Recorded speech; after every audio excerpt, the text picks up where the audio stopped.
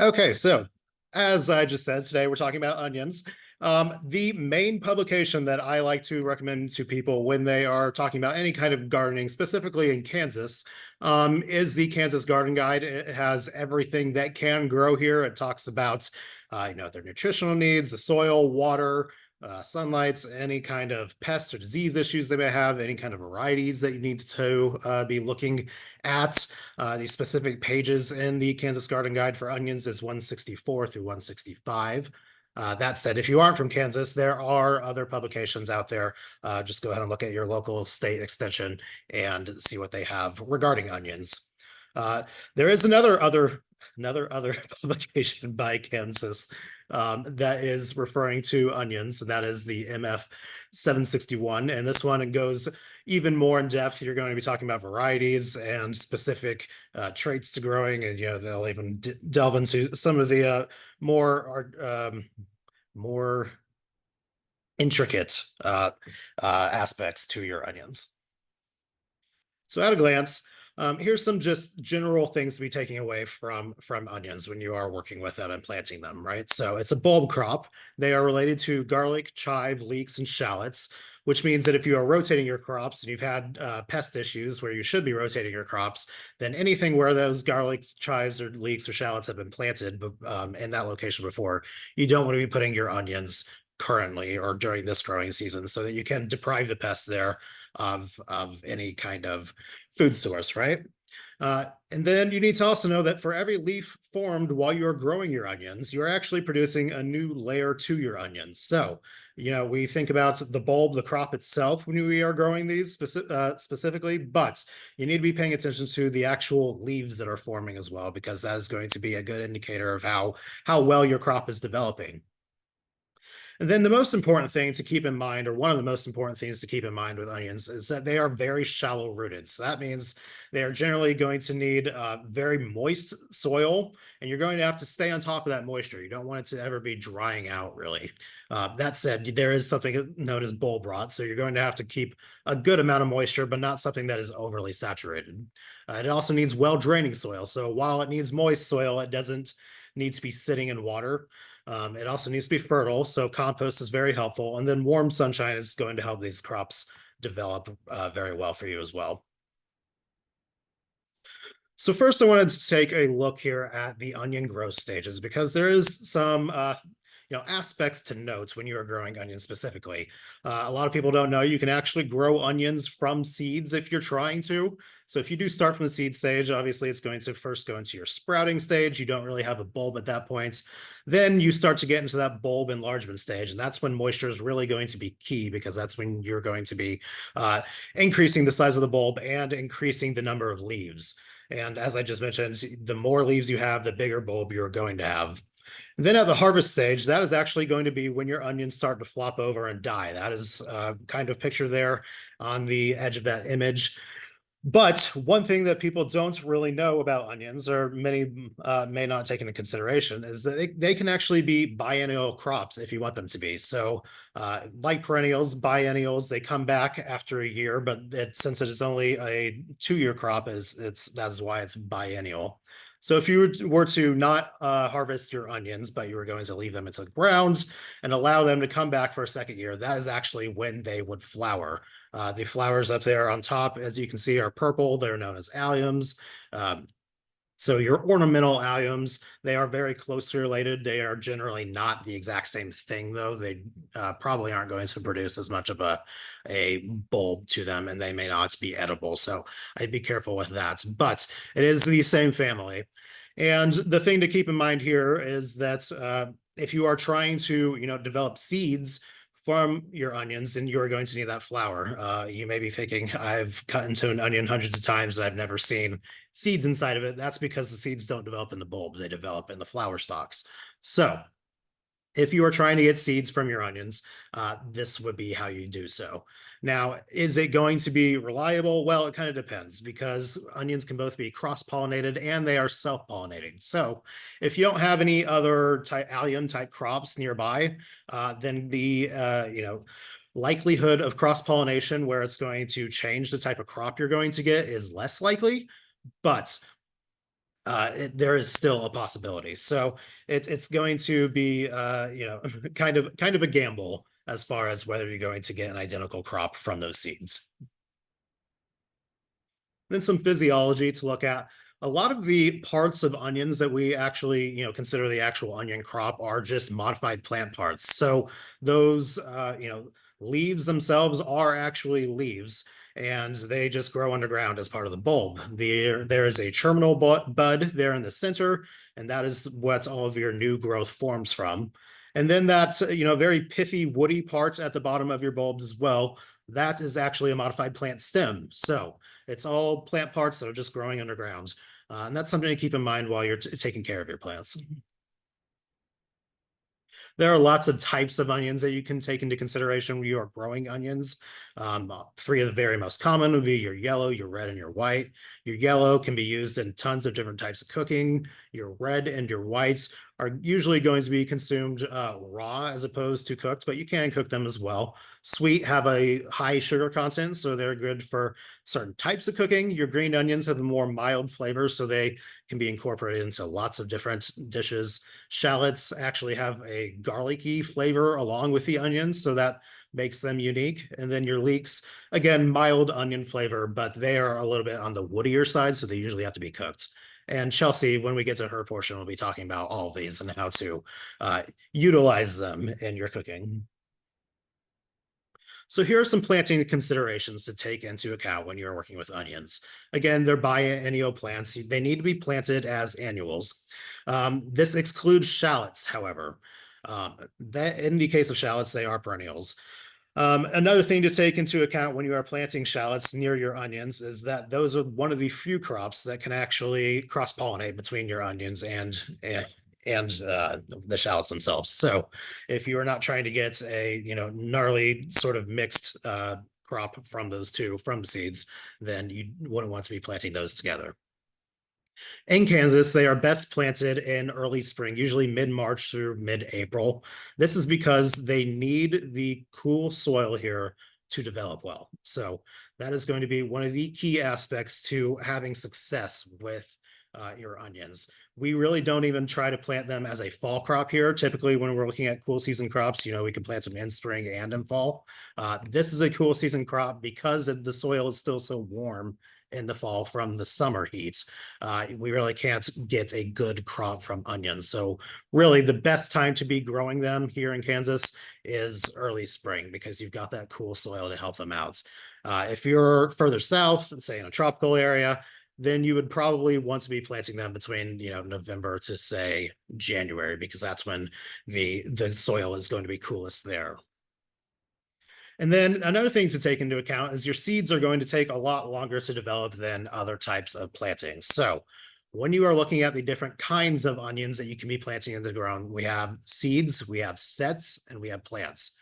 If you are starting seeds and you're trying to plant them in March here in Kansas, you need to be starting them inside in trays in probably December around Christmas time, which is crazy to think about that we're already, preparing for the next growing season at Christmas time, but that's what it takes for these crops because they get planted so early and they need that cool soil. Another thing that you can plant would be your onion sets, which is pictured there on the bottom right. And the thing about onion sets is they're great for green onions because in that case, you can just cut off the tops and use them for that mild flavoring. But when you purchase them from garden stores, they can sometimes get mixed up with other varieties. So if you're looking for a specific variety of onion that you're trying to grow, then you may not be wanting to go with the sets because you might get a bit of an unpredictable crop there. The most predictable crop you can get is through sprouted sets. And generally, sprouted sets are actually started as seeds, so you know the exact crop that has been started there.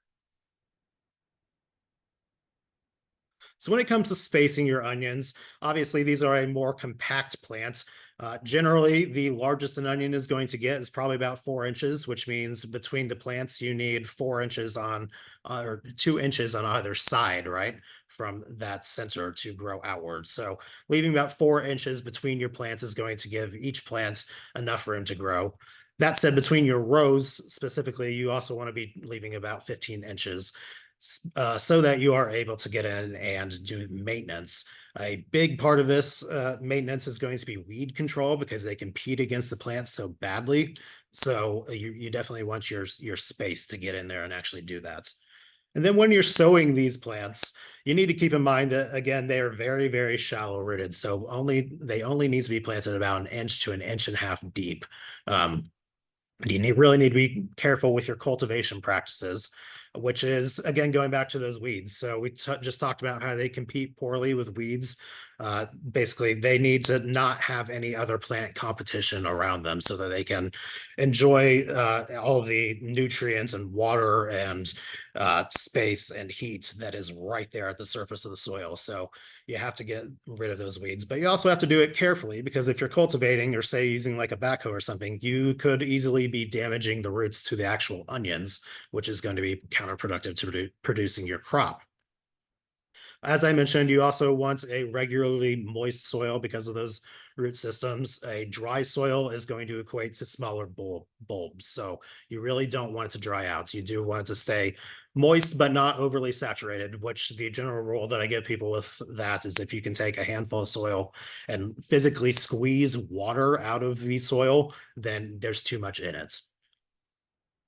Um, Large vigorous plants equal large bulbs and yield. So that is, something to keep in mind. We've talked about how many leaves, but if you're seeing lots and lots of leaves and lots of growth up top, that means the bulbs are going to be just as large. So that is something to keep in mind.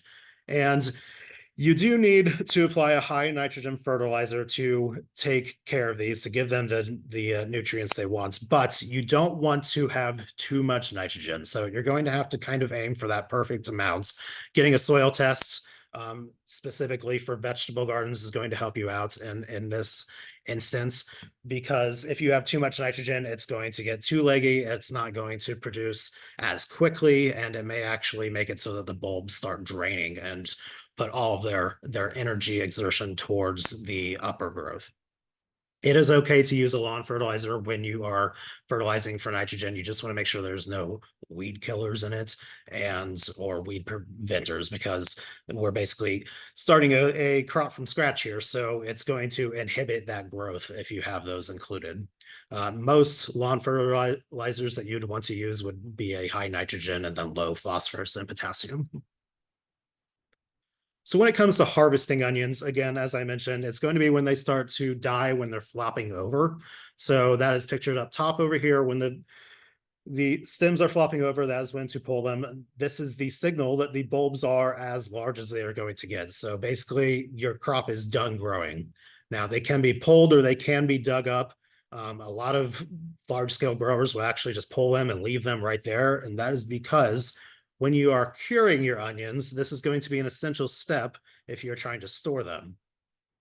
So to store onions with their so to cure your onions, you want to store your onions with their leaves attached in a warm area, a dry area, and a shaded location. These are going to need to sit there for about 2 to 4 weeks. In order to do this, basically what's going to be happening is all the nutrients within the leaves that are still attached to the plants are going to go out of the leaves and go back into your bulbs. This is also going to give time for those tunics around the edges of the bulbs to dry out. And that is why it needs to be cool and ventilated and during the storage portions. If you are working with your mild flavored onions, you're going to keep those in storage for only about a month. And if you're working with your more pungent onions, like the more common white, yellow, and red, those can generally store for about 3 to 4 months in storage. But again, ventilation is going to be absolutely key with this, both in your curing and your storage, just to help that outer layer dry out. When it comes to pests and disease that you're going to be looking at with your onions, as well as other problems, one of the main things you're going to see is bolting. That is from temperature fluctuations. So generally, it is a biennial crop that takes 2 years to flower. But if you have fluctuating temperatures that are going very hot to very cold, back and forth, that may actually instigate early bolting, where you're going to get those flower stalks early. And the flower stalks themselves will actually drain the bulb. So that is going to be a problem because you're aiming for a large sized crop. Bulb and neck rots are again very common with this. They are generally a bacteria or they're some kind of virus, but in any case, they are going to be instigated by excess moisture. So you want to keep those away from your plant. You want to keep that excess moisture away from your plants. Small bulbs, again, an issue. Generally, this is caused by dry soil or low fertility or weeds. So if you're having anything that's competing with those shallow roots, essentially, that is what is going to be instigating your small bulbs. Non-existent bulbs, that can be attributed to poor variety selection. So you may have chosen a variety that only produces green onions instead of bulb onions. And you may have planted at the wrong time. So if the soil is way too warm, then it's not going to do much for you. Thrips are another common issue that may be affecting your garden. You can watch the amount of nitrogen you are applying to try to control these. Weeding the garden is also going to help because it's going to give less areas for the thrips to thrive. And then there are pesticides out there that can treat thrips if you are willing to go the non-organic route. Then something fun before we head over into the nutrition portion of this. Onions, like the potatoes that we covered last month, are an ancient crop. They've been around for about 5,000 years. They are widely grown in different varieties all across the world. The ancient Egyptians actually highly revered onions because they believed their layers symbolized eternal life. So they were utilized in medicine, and they were almost to an extent worshipped. So much so that King Ramses IV was actually buried with onions in his eyes because, again, that eternal life thing. It was very common for them to bury their dead with onions. So with that, before we get to our portion with nutrition, do we have any questions over the growing?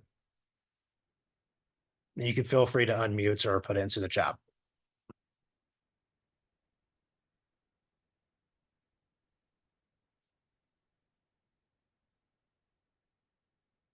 Okay, well, I will go ahead and reshare my screen here, and we'll go ahead and get Chelsea's portion going.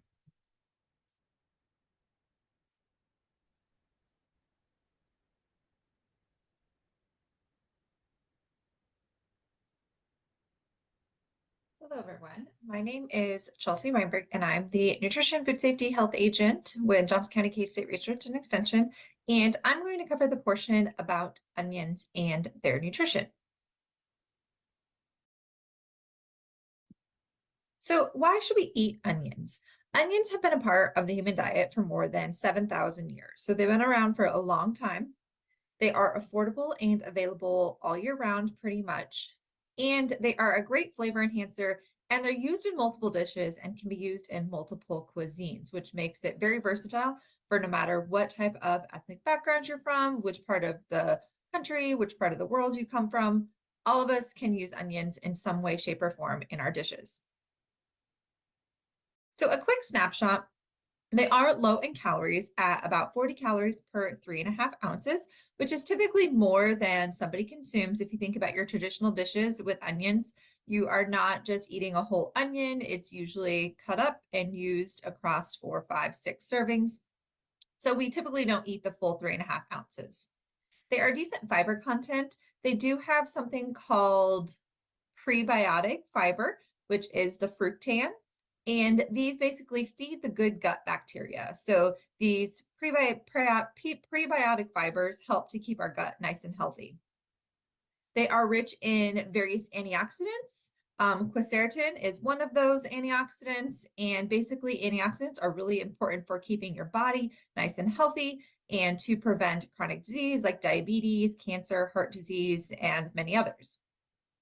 Purple onions are rich in anthocyanins, which is another form of antioxidants. All of our purple foods are going to have those anthocyanins, and that's just another form of an antioxidant. But that purple color is that kind of notice or giveaway that they're going to have anthocyanins. And they're also rich in sulfur compounds, and that may be protective against cancers. One thing to note about antioxidants, the brighter the onion, the more antioxidants it's going to have. So your yellow and red onions are going to have a bit more antioxidants than your white onions. One word of caution is onions contain what we call as FODMAPs. And so these may cause bloating, gas, cramping, diarrhea. This is particularly important for individuals who have IBS or other digestive issues. You may be advised by your doctor, healthcare team to avoid some of the foods that are the FODMAP foods. And so we want to consume low amounts of our FODMAP foods. So if you do have IBS or other digestive issues, onions may be one of those that you are told to avoid. And it goes back to those fructans and those prebiotic fibers that are in it. So why do onions make me cry? I personally love onions, but sometimes don't always like the fact that they do make my eyes water quite a bit. So the reason that onions make you cry is when onions are cut, a compound is released and turns to sulfuric acid in the air. And so this sulfur compound is what makes people's eyes water. Cutting the onion ruptures those cells and releases the enzymes. And so there's this process, this chemical reaction that takes place that produces this kind of sulfuric acid, the sulfur. And then once it hits your eyes kind of signal as a protective mechanism to water. So that's one of the primary reasons of why that happens. So how not to cry? Fresher onions are less likely to make you cry than older ones. But that's kind of hard to tell when you're purchasing from them from the store or when you cut into them, you may not know. So it is hard to tell the difference when you are cutting an onion, if it's fresher or older. The number one thing to do to help prevent tears when you're cutting onions is really to use a sharp knife. This will help create clean cuts, will help you get your job done faster and more efficient as well, which then decreases the amount of time that you're exposed to those sulfuric compounds, making you want to cry. So you may have heard or have seen that there are lots of tricks available out there on how not to cry. Not all of them work. I personally have not tested all of them, but there are a lot out there that could be could help you to prevent from getting those tears. So one common one is cold.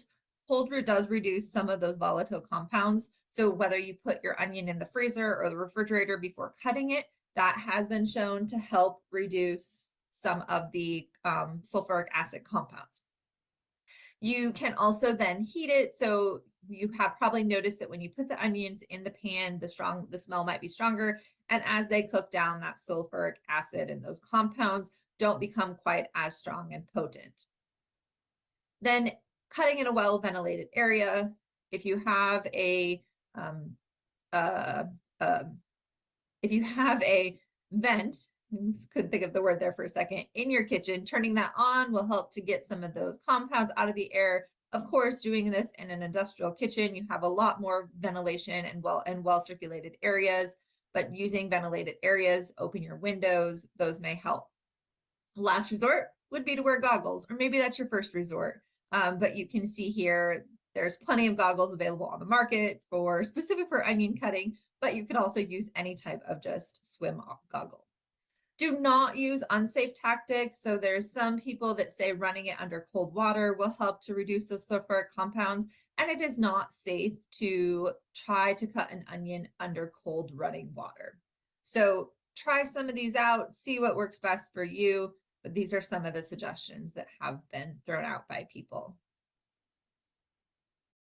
Cut onions specifically, can be stored in the refrigerator in a sealed container for up to 7 days. There are some kind of past myths that cutting up onions and storing them in the refrigerator or just storing them after they've been cut could create toxins, but that has been disproved, and it is safe to store cut up onions in the refrigerator like any other cut up vegetable or fruit would be for about that 5 to 7 day range. You do not want to store onions and potatoes together. This will cause potatoes to sprout sooner. So a lot of people don't realize that that happens, and it's just those compounds that they release into the air interact with each other, causing the potatoes to sprout sooner. Whole onions should be stored at room temperature in a well-ventilated container, such as a wire basket, plastic sack, or open paper bag. This helps to just, again, allow the air to circulate, keeping them nice and fresh longer. If you do have onions that are a little bit soft, just using your best judgment and determining if it is still safe to eat or not safe to eat, and to discard any that have mold or super soft spots or discoloration before you don't want to use those. So there's a few ways you can preserve onions. You can freeze onions. It is best not to freeze whole onions. However, you can certainly dice onions and freeze them. It's great to have a set of chopped, diced, frozen onions in your freezer that make for easy cooking to throw in soup, stews, casseroles, all that stuff. So you can do that. Again, you do not want to freeze them whole. It is best to trim them.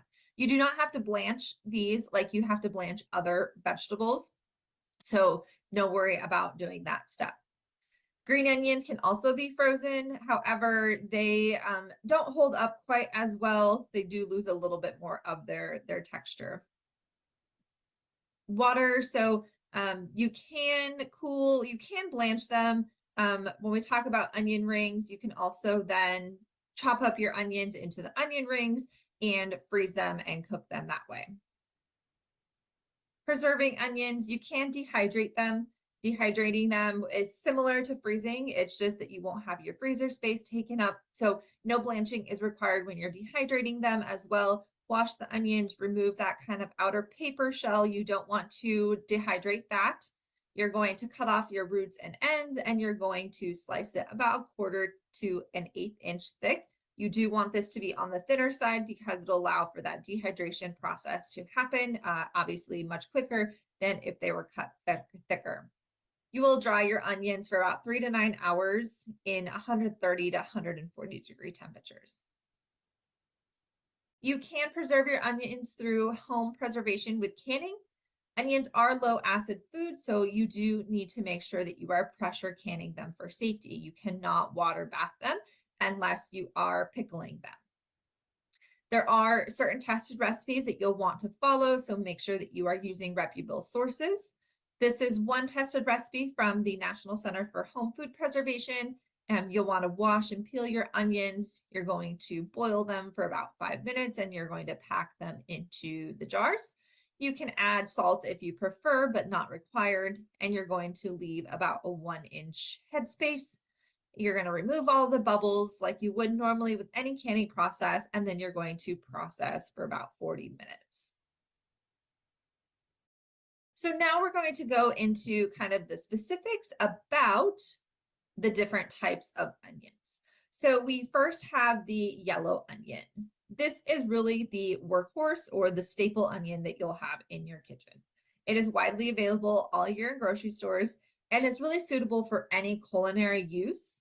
This is the one onion that if a recipe does not specify the type of onion, it's usually safe to go with a yellow onion. So many recipes will just say 1 cup or 1/2 cup chopped onion or 1 small yellow onion. It might specify it. But if it doesn't specify, then you will use this yellow onion. It's the most versatile and can be used in any of the dishes. It does have a strong sulfur, kind of pungent flavor and aroma.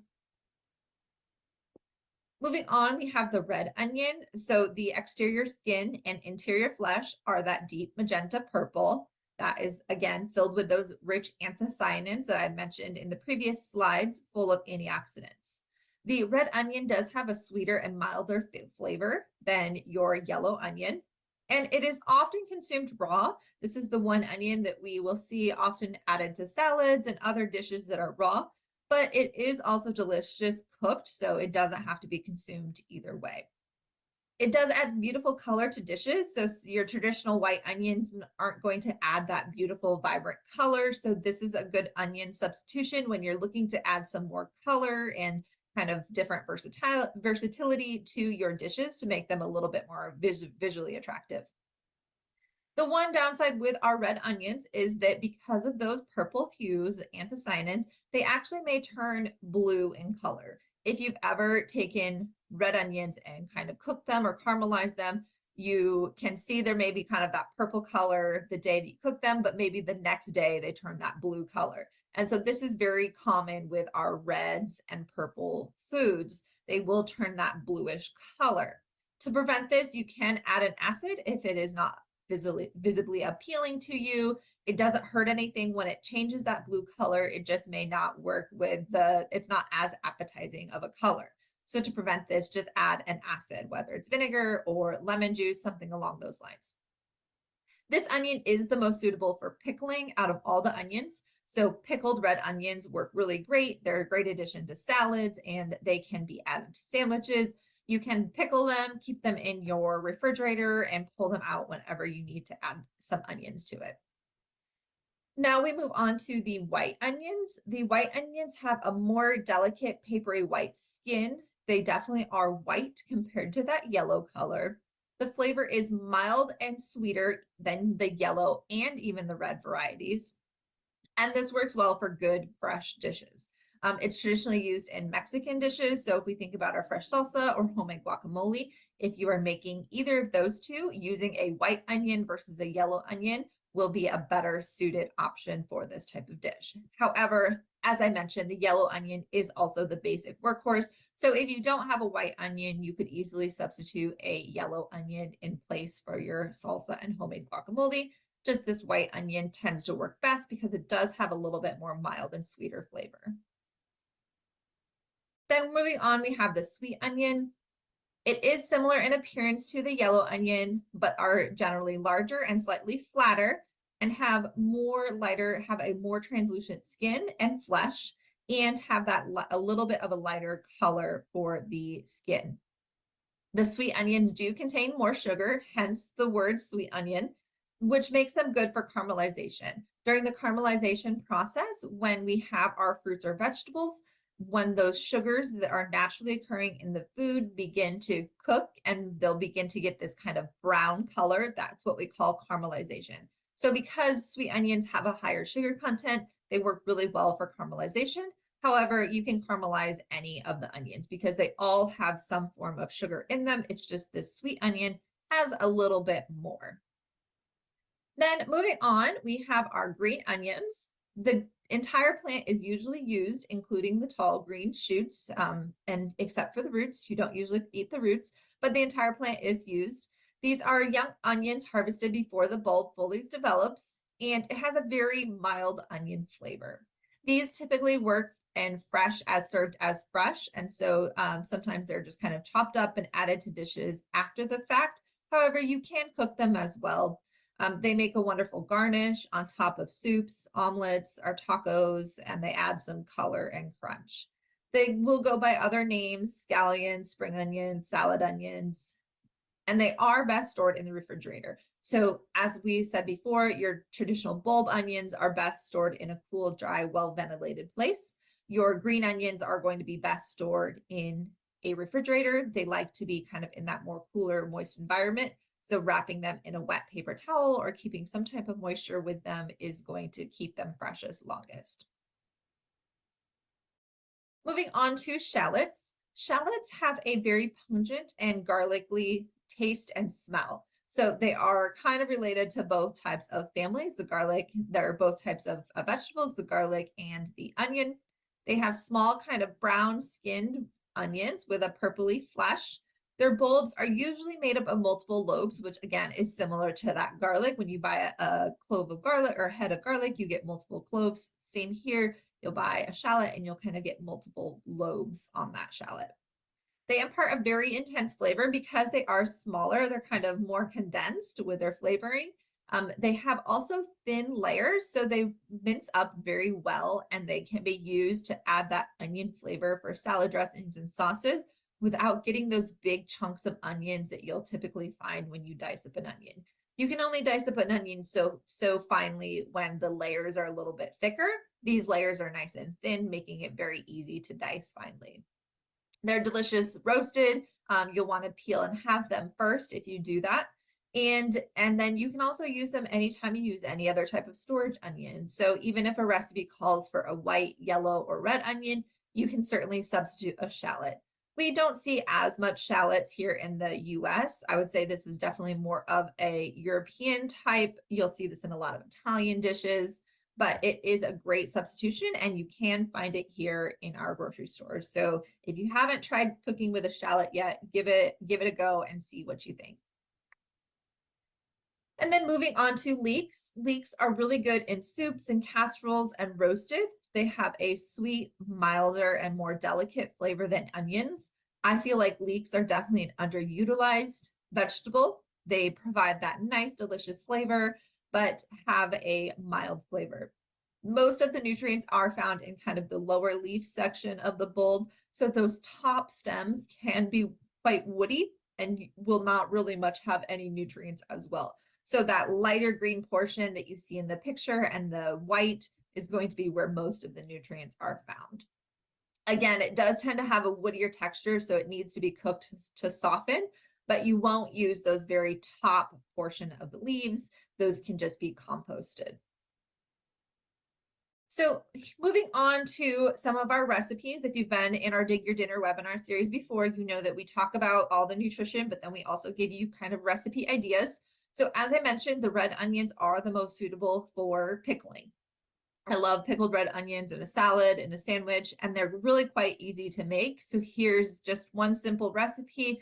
There's lots of recipes out there, but the key is you want to slice them really thin, the onions, and then you'll kind of put them in a vinegar brine, and then you can add some seasoning you want. I like to just sometimes add peppercorns. This recipe does use whole cloves, but that's certainly optional. And when you make these, you store them in a tightly lidded jar. A mason jar works really great. And you can just keep them in your refrigerator, and they'll really keep for months in your refrigerator once they're pickled. Here's another recipe. It is a cilantro lime green dressing, and these use our green onions. So we have garlic, green onions, some jalapeno, optional for spice. One thing with jalapenos that a lot of people may not recognize is that the membranes is actually where the spice is. So a lot of times people will just remove the seeds if they're not wanting some heat from the jalapeno, but you'll really want to make sure that you'll remove that kind of white or cream colored membrane as well, as that is where most of the heat is. The seeds will have some heat because the seeds are kind of embedded and live in that membrane, but really the heat is mostly contained to that membrane portion of the jalapeno. Here we're also using non-fat plain Greek yogurt. You could use a traditional yogurt, a plain yogurt if you want. However, the Greek yogurt just kind of adds a little bit thicker consistency to this dressing. Olive oil, and then we have some lemon juice and a little bit of the maple syrup to kind of cut the heat and the acidity. So this is a great recipe. You can just throw it all in the blender, and it works well with salads and any type of other little vegetable tray that you're making. Crockpot caramelized onions. I love caramelized onions. I think they're so versatile and they can go in so many dishes. Sometimes they do take a while to get them perfect. The key with caramelizing onions is it's a low and slow process. If you've ever tried to caramelize onions before and you have your heat up too high, you'll notice that they start to kind of get burnt almost or are changing too quickly. And it's a low and slow process to really get the perfect caramelized onions. So sometimes we don't always have time to caramelize the perfect onion because we're trying to get meals put together in 20 minutes. So you can just certainly make caramelized onions in the crock pot in advance, keep them in the refrigerator and add them to other dishes as you're preparing them. We're using 3 pounds of some type of sweet onion. So again, sweet onions, as I mentioned before, do work best for caramelization. We have butter and some also seasoning. So we have some thyme and some savory blend. You can use any type of seasonings that you prefer, or you could just use salt and pepper.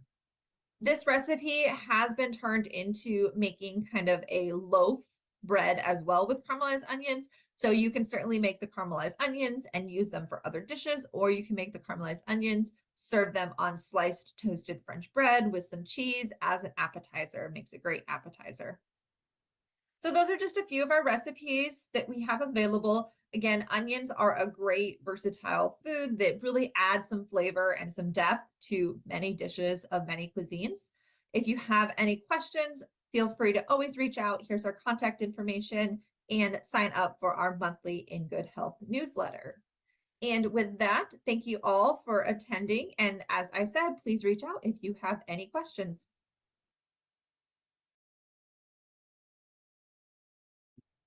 All right. Well, thank you to Chelsea. At this time, are there any questions that I can answer? Again, I'm not the nutrition expert here, but I can definitely try to guide you in the right direction. Anthony, this is Nancy. I have a question. Sure. I am doing onions in a bucket garden. So Okay. what kind of fertilizer would you recommend for, since I'm not doing it in the ground? Right. You'll probably just want to do the high nitrogen fertilizer. Follow the instructions on the bag, however, to make sure you're not over applying. So any kind of high nitrogen, but not necessarily like an insane amounts of nitrogen. You could do something that if you can find something that's like a 10-0-0, that would be ideal for that. And then you'd really only need to apply probably a couple of times while they're growing. Okay. My second question. I have a Yeah. few. So my Go second ahead. question, if I am doing bucket gardening, like how much dirt do I need? How many inches? The more you can incorporate, yeah. The So better. with sorry, what was there a second part to that? No. Okay. The more you can incorporate generally when it comes to any kind of vegetable, it's going to help give the roots more room to grow. Now that said, with onions specifically, because it is so shallow rooted, you could probably get by with 4 or 5 inches of soil and be fine. But generally when it comes to any kind of potted plants, the more soil the better, just so that those root systems can have more room to grow in. Okay. And my third question, how long is the growing period? Does it take 2 months, 3 months before you're harvesting? It's going to depend on the variety you're growing. Generally, it's going to be about 50 to 100 days, depending again on the type of onion you're growing. I'd say probably in the 70-day range. So what is that, 2 months? Okay. All right. Thank you. Yeah. Are there any other questions I can help with?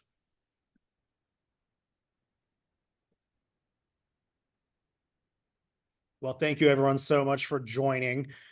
Next month is actually going to be Dig Your Dinner Live. So if you, what that means is we are going to be teaching in person at the gardens here at the Johnson County Extension Office and in our demonstration kitchen. And then we will be back in August. And I believe our topic in August will be pears. So definitely check that out. Thank you for joining.